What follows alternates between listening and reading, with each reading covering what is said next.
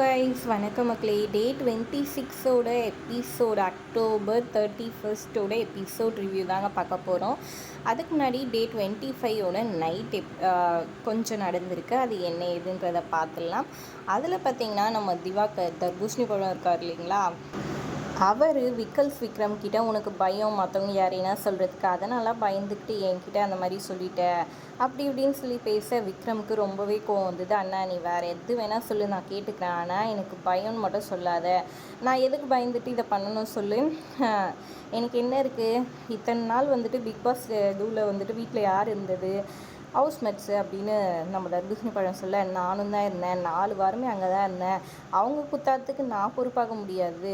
நான் நாமினேஷனை ஃபேஸ் கூட தான் பண்ணிட்டு வந்திருப்பேன். நான் ஃப்ரீ பாஸ் வேணும்னு என்றைக்காவது கேட்டிருக்கேன்னா, அவங்க என் பேர் குத்தலை, அதுக்கு என் பேர் வந்து நாமினேஷனில் வரல, அதுக்கெல்லாம் நான் பொறுப்பாக முடியாது.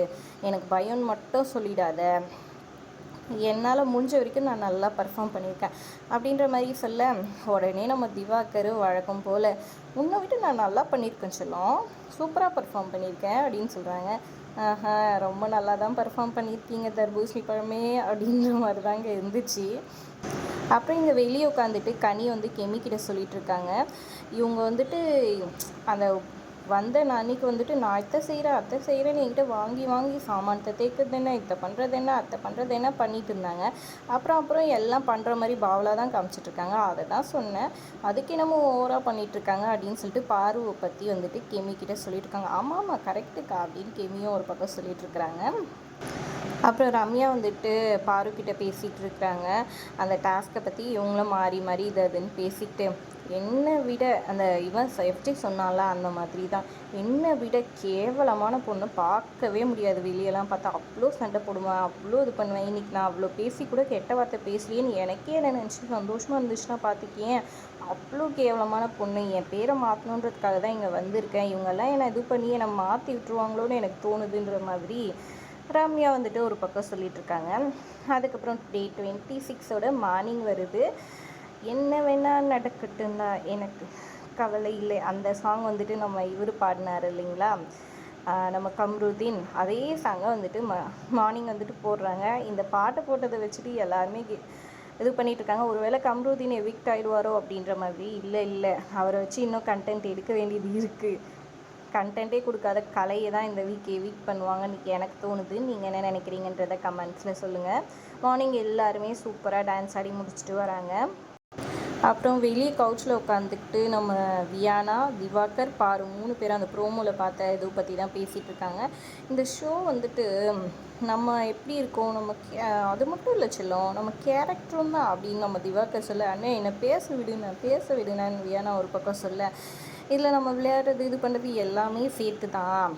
அவங்க வந்துட்டு மற்றவங்கள அவங்க பேசும்போது நல்லா இருக்குன்னு சிரிக்கிறாங்க எல்லாருமே, ஆனால் அவங்கள பற்றி ஒரு வார்த்தை சொல்லிட்டா மட்டும் அவ்வளோ கோவப்பட்டுக்கிட்டு எல்லோரும் சண்டைக்கு வராங்க. இவரை பற்றி எவ்வளோ இதுவாலாம் சொன்னாங்க, வார்த்தையை விட்டு அப்போ அதெல்லாம் சிரிச்சுக்கிட்டு இருந்தாங்க, அதெல்லாம் கரெக்டாக இருக்குது அவங்களுக்கு. ஆனால் அவங்கள ஒரு வார்த்தை சொன்னால் மட்டும் எல்லாருக்கும் கோவம் வந்துடுது, இது வந்து ஃபேர் கிடையாது அப்படி இப்படின்னு வியானா ஒரு பக்கம் திவாகருக்கு சப்போர்ட் பண்ண மேனிக்கு பேசிகிட்டு இருக்காங்க. திவாகருக்கு உடனே தலைகால் புரியல. ஆமாம் சொல்லும், இப்படி சொல்லும், அப்படி சொல்லணும்னு ஓவராக பேசிகிட்டு இருக்கிறாரு. அடுத்ததாக ஸ்டோரி இன்றைக்கி வந்துட்டு 2 பேர் ஸ்டோரி சொல்ல போகிறாங்க. சபரி அண்ட் எஃப்ஜே அப்படின்ற மாதிரி பிரவீன் சொல்லிடுறாரு. எஃப்ஜே கதை சொல்ல வர்றாரு.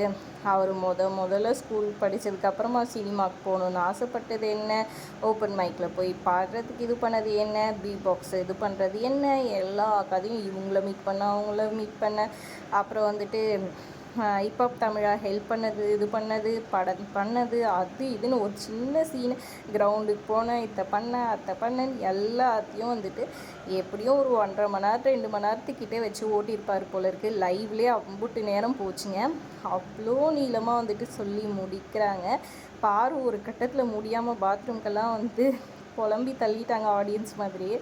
அது சரி, எல்லாருமே கஷ்டப்பட்டு தான் வந்திருப்பாங்க, நான் போட்டிருக்க ட்ரெஸ்க்கு நான் கஷ்டப்பட்டு உழைச்சி வாங்கினது தான். தம்பியும் அவரை பற்றி சொல்கிறாரு, ஆனால் என்னால் தான் முடியல அப்படின்ற மாதிரி ஆடியன்ஸோட மைண்ட் வாய்ஸை வந்துட்டு கேட்ச் பண்ணி அழகாக சொல்லிட்டு இருந்தாங்க பாருமே. அப்புறம் போய் திரும்பியும் உட்காந்துக்கிட்டு நம்ம பாரு எஃப்ஜே சொல்கிற கதை கேட்டு தூங்கவே ஆரம்பிச்சிட்டாரு. அரோரா அதுக்கப்புறம் நிறைய பேர் வந்துட்டு ரொம்பவே அப்செட் ஆகிட்டாங்க. அவ்வளோ நீளமாக சொல்லிட்டு இருந்தார் எஃப்ஜே. செம்ம ஃபண்டாக தான் இருந்துச்சு பார்க்க போனால். அப்புறம் ஒரு வழியாக முடிச்சு தள்ளினார். அதுக்கப்புறம் கிரவுண்டில் போயிட்டு பாரு வந்துட்டு ஒரே புலம்பல்ஸ். வினோத் அதுக்கப்புறமா கம்ருதீன் இவங்ககிட்டலாம் என்னடா இது இவ்வளோ பெரிய நீளமாடா சொல்லுவாங்க, என்னடா நினச்சிட்டு இருக்காங்க, முடியலடா மச்சான், இவ்வளோ பெருசாக சொல்லுவாங்க, தாங்க முடியல, அறுத்து தள்ளிட்டாங்களே, ஏதோ ஸ்கூல் ஸ்டூடெண்ட் வந்துட்டு ஒரு மணி நேரம் கிளாஸில் உட்காரணுன்ற கதையாக ஆகிப்போச்சு நம்மளுக்கு அப்படின்னு சொல்லிட்டு புலம்பிட்டு இருக்காங்க பாரு. உண்மையிலே அது ஆடியன்ஸோட புலம்பல் மாதிரியே தான் இருந்துச்சு அவங்க பண்ணதுமே. அடுத்ததாக சபரி வந்துட்டு வராரு. எனக்கு வந்துட்டு ரொம்ப டயர்டாக இருக்கேன், எனக்கு வந்துட்டு யாராச்சும் எனக்கு ஹக் கொடுக்க முடியுமா அப்படின்னு கேட்டால் மொத்த பைப்புலேயும் போய் நிற்கிதுங்க. பாரு, திவாகர், இன்னும் 2-3 பேரை தவிர மிச்சம் எல்லாருமே போயிட்டு ஹக் பண்ணுறாங்க. அப்புறம் அவர் ஸ்டோரியை சொல்கிறாரு. அவரும் என்னென்னமோ கதையை எடுத்துகிட்ருக்காரு. பிபிக்கு வரத்துக்கு இது பண்ணது, அவங்க அப்பா அம்மா பற்றி சொன்னது, அதுக்கப்புறமா சீரியல்ஸ் எல்லாம் ராஜா ராணி, அதுக்கப்புறம் நிறைய கதைங்க வந்துட்டு இவருக்கு சொல்லிட்டு கம்மிட் ஆகாமல் இது பண்ணாமல் விட்டுட்டாங்கன்னு நிறைய கதைங்களை பற்றி சொல்லியிருந்தார். அப்புறம் சக்ஸஸ்ஃபுல்லாக எப்படி விஜய் டிவியில் வந்தார் அது இதுன்னு சொல்லிட்டு கொஞ்ச நேரம் இவருமே கொஞ்சம் அறுவையை போட்டுட்டாருன்னு தான் சொல்லணும். அதுக்கப்புறம் அது முடியுது ஒரு வழியாக. ஃபைனலாக ஒரு டாஸ்க் கொடுக்குறாங்க. அதில் நம்ம கலை வந்து படிக்கிறாரு. என்னன்னு பார்த்திங்கன்னா, இந்த இப்போது ஸ்டோரி சொன்னாங்க இல்லையா, அதில் வந்துட்டு யார் ரொம்ப போரிங்காக சொன்னாங்க, அப்புறம் அவங்களுக்கு கிடைச்ச வாய்ப்பை வேஸ்ட் பண்ணிட்டாங்கன்ற 2 பேர், போரிங்கான 2 பேர், நல்லா சூப்பராக ஸ்டோரி சொன்னாங்க, அவங்களோட இதுவும் வந்துட்டு எடுத்து வச்சாங்க கரெக்டாக அப்படின்னு சொல்கிற 2 பேர் அப்படின்ற மாதிரி சொல்கிறாங்க. உடனே விக்ரம் ஃபஸ்ட்டு வராரு.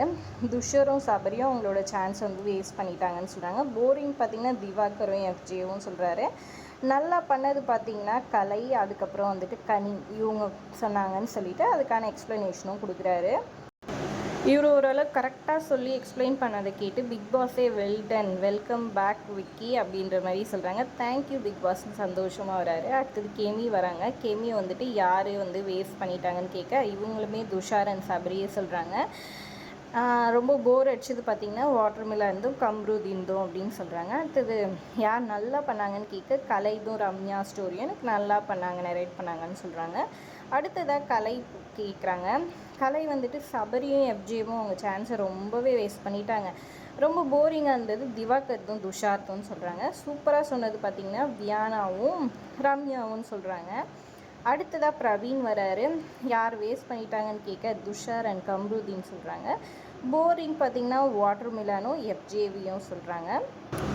சூப்பராக யார் ஸ்டோரி சொன்னதுக்குன்னு கேட்டதுக்கு வியானா அண்ட் விக்ரம் இவங்க 2 பேருமே நல்லா நரேட் பண்ணாங்க, சூப்பராக இருந்துச்சு, அவங்க ஸ்டோரியுமே ரிலேட் பண்ணிக்க முடிஞ்சிச்சின்னு சொல்கிறாங்க. அப்புறம் வினோத் வராரு. வினோத் வந்துட்டு போரிங்காக பண்ணது வந்துட்டு வாட்டர்மெலனும் துஷாரும் சொல்கிறாரு, அதாவது வேஸ்ட் பண்ணிட்டாங்கன்றது.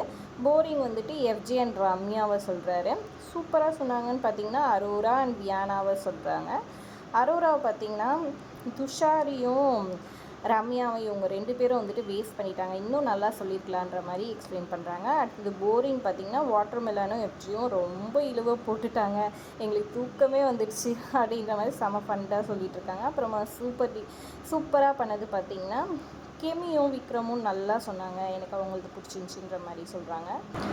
அடுத்தது கம்ருதீன் கேட்குறாங்க. கம்ருதீன் வந்துட்டு போரிங்காக பண்ணது பார்த்திங்கன்னா வாட்டர்மெலனும் எஃப்ஜியும் சொல்கிறாரு, ரொம்ப வேஸ்ட் பண்ணிட்டாங்க அவங்க வாய்ப்புன்றது சபரியும் துஷரியும் சொல்கிறாங்க. சூப்பராக சொன்னது வந்துட்டு கலையும் விக்ரமும் சொல்கிறாரு.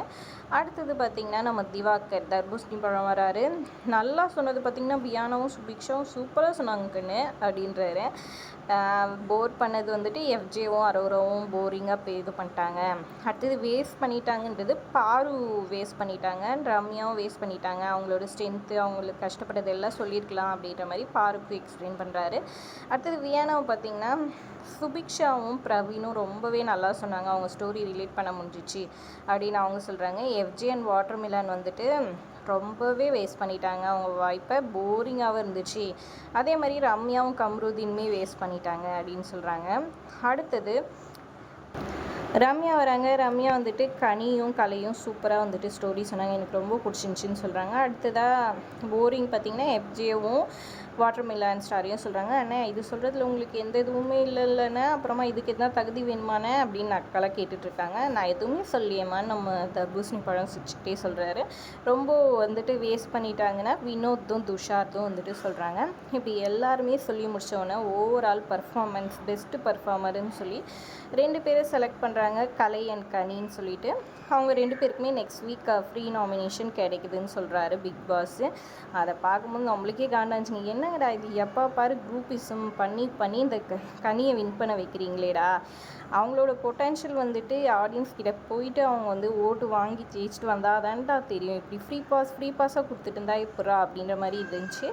பாரு வந்துட்டு 5வது வாட்டி வாங்குறீங்கக்கா, எப்படிக்கா, வாட் ஏ மிராக்கல், சூப்பர்க்கான்னு கையை கொடுக்குறாங்க, கங்க்ராச்சுலேஷன்ஸுன்ட்டு.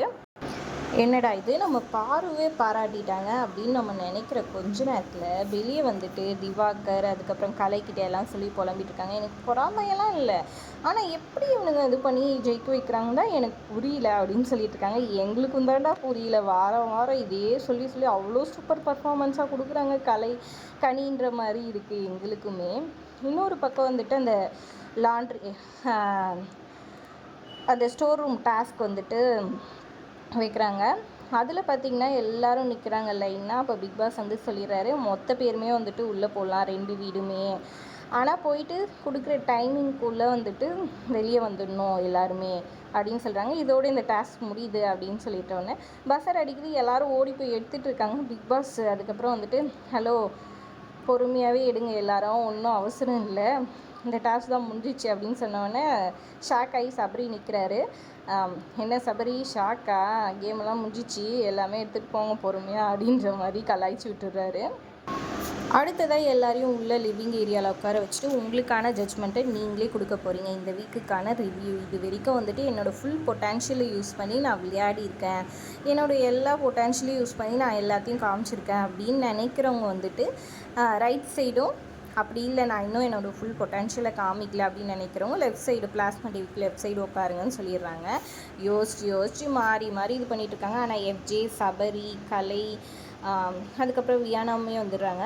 இவங்க 4 பேரும் முதல்ல போய் உட்காந்துடுறாங்க, ஏன்னா அவங்க ஃபுல் பொட்டன்ஷியலை காமிக்கலன்னு சொல்லிட்டு. பிரவீன் இந்த பக்கமும் அந்த பக்கமும் தவிக்கிட்டே இருக்கிறாரு, காமிச்சனா இல்லையான்ற மாதிரி மாறி ஒவ்வொரு பக்கம் உட்காந்து விளையாட்டு காமிச்சிட்ருக்காரு. ஃபைனலாக கனியுமே இந்த பக்கம் வந்துடுறாங்க, சுபிக்ஷா வந்துடுறாங்க, அதுக்கப்புறம் ரம்யா, திவாகர் இவங்க எல்லாருமே வந்துட்டு இந்த பக்கம் அவங்க ஃபுல் பொட்டன்ஷியலை யூஸ் பண்ணலன்னு சொல்லி உட்காந்துடுறாங்க. அதுக்கப்புறம் இந்த ஃபுல் பொட்டன்ஷியலை யூஸ் பண்ணாதவங்க கிட்ட பிக் பாஸ் கேட்குறாரு, நீங்கள் ஆப்போசிட்டில் உட்காந்துட்ருக்காங்க இல்லையா ஃபுல் பொட்டன்ஷியலை யூஸ் பண்ணேன்னு சொல்லிட்டு, அவங்கள வந்துட்டு யார் இந்த பக்கம் வந்து உட்காரணும், அவங்க அந்த பக்கம் உட்காரத்துக்கு தகுதி இல்லை, இந்த பக்கம் தான் அவங்க உட்காரணும், ஃபுல் பொட்டன்ஷியலை அவங்க யூஸ் பண்ணல அப்படின்னு நினைக்கிறவங்க யாருன்னு சொல்லி கேட்க உடனே வந்துட்டு எஃப்ஜே எந்திரிக்கிறாரு. பிரவீன் தான் சொல்லுவேன், அவனோட ஃபுல் பொட்டன்ஷியல் எனக்கு தெரியும், அதனால் அவன் இன்னும் யூஸ் பண்ணல, அவன் பீட் பாக்ஸிங் எல்லாமே நல்லா பண்ணுவான், அதெல்லாம் இன்னும் பண்ணல அப்படின்ற மாதிரி சொல்கிறாங்க. அடுத்து சபரியை கேட்குறாங்க, சபரி வந்துட்டு அரோராவை சொல்கிறாரு, வாட்டர் மிலான் வந்துட்டு விக்ரமை சொல்கிறாங்க. அதுக்கப்புறம் சுபிக்ஷா வந்துட்டு எத்தனை பேர் வேணால் சொல்லலான்றதுனால அவங்க வந்துட்டு துஷர், பாரு, அதுக்கப்புறம் விக்ரம் இவங்க 3 பேரும் சொல்கிறாங்க. அடுத்ததாக கனி பார்த்திங்கன்னா பிரவீன், அதுக்கப்புறம் அரோரா, கம்ருதீன், துஷர் இவங்க 4 பேருமே சொல்கிறாங்க. அடுத்தது ரம்யா பார்த்திங்கன்னா பாரு அண்ட் அரோராவை சொல்கிறாங்க. வியானா வந்துட்டு கம்ருதீன், அரோரா, துஷர் இவங்க 3 பேரும் சொல்கிறாங்க. அப்புறம் பிக் பாஸ் வந்துட்டு இதில் யாரெல்லாம் வந்துட்டு 2க்கு மேலே ஓட்டு வாங்கினவங்க எல்லோரும் லெஃப்ட் சைடே வந்து உட்காந்துருங்கன்னு சொல்கிறாங்க. அப்புறமா யாரெல்லாம் 2க்கு மேலே ஓட்டு வாங்கினாங்களோ அவங்கெல்லாம் இந்த பக்கம் வந்து உட்காந்துடுறாங்க.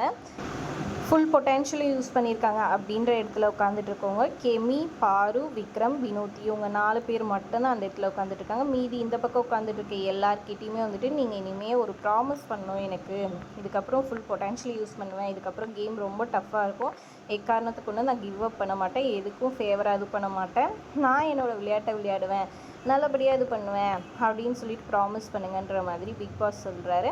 அப்புறம் இந்த சீசனில் தான் வந்துட்டு எங்கள் சீசன் தான் பெஸ்ட்டு அப்படின்னு நாங்கள் சொல்ல வைப்போம்னு சொல்லிட்டு யாருமே இது வரைக்கும் சொல்லலை, ஏன்னா அந்தளவுக்கு ஒர்ஸ்ட்டாக இருக்கீங்கிற மாதிரி இன்டைரக்டாக பிக் பாஸ் வந்துட்டு சொல்லிடுறாரு. அப்பயுமே ஒரு பைப்புலேயும் வந்துட்டு நாங்கள் சொல்ல வைப்போன்றதை சொல்லவே மாட்டேங்கிறாங்க, திருன்னு முழிச்சிக்கிட்டு இருக்கிறாங்க.